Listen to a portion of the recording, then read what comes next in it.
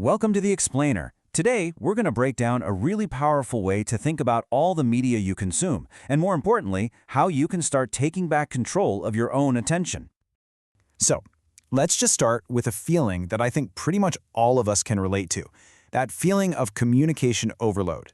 Being completely swamped by the sheer amount of information flying at us every single day. I mean, just think about your own social media feed for a second. Does it ever feel like it's just this constant stream of conflict? Something that just leaves you feeling kind of exhausted or, even anxious? If that sounds familiar, you are definitely not alone. And wow, this chart really just puts it all into perspective, doesn't it? A huge chunk of our collective attention, like 80% according to this model, is being pulled towards group versus group conflict.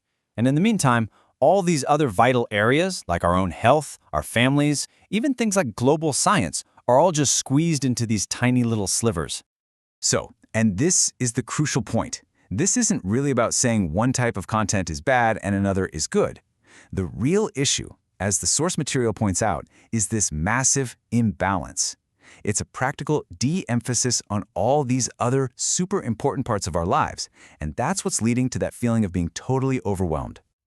Okay, so how do we even begin to fix this? Well, the very first step is to see this whole information landscape through a new lens, one that can help us understand and maybe even start to correct this imbalance. Usually we think about media by its topic, right? Like, oh, that's politics, or that's sports, or that's tech. But this framework suggests a totally different approach.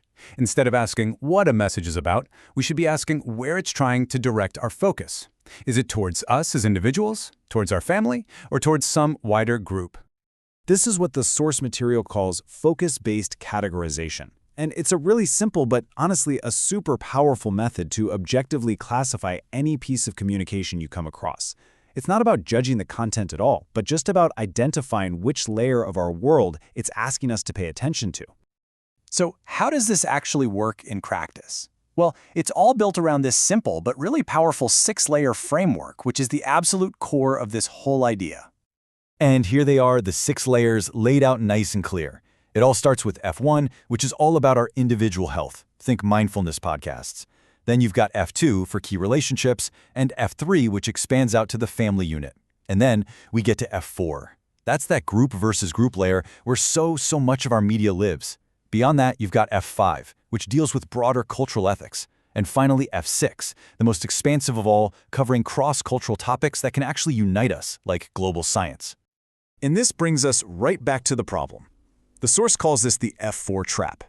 This is what happens when our communication channels just get stuck, focusing almost exclusively on that one layer of group praise or vilification, that us versus them mentality. And that right there explains that completely lopsided donut chart we saw just a minute ago.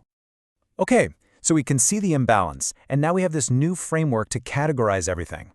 The next logical question has to be, how do we actually use this to take back control of our focus? The process for rebalancing is actually a really simple 3-step cycle.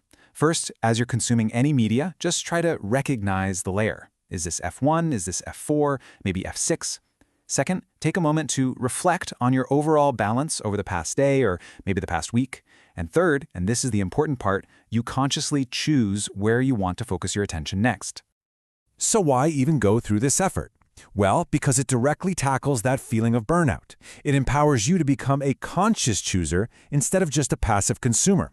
It gives you this neutral tool to analyze your media diet without any judgment, and maybe most importantly, it helps you intentionally set aside more of your precious attention for things like your own well-being and your family. Ultimately, this whole framework is really about making a fundamental shift from just letting your attention get pulled in a million different directions to you actively deciding where it's going to go.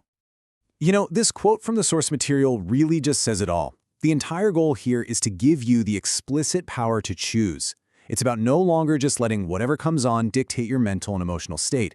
It's about you taking the driver's seat.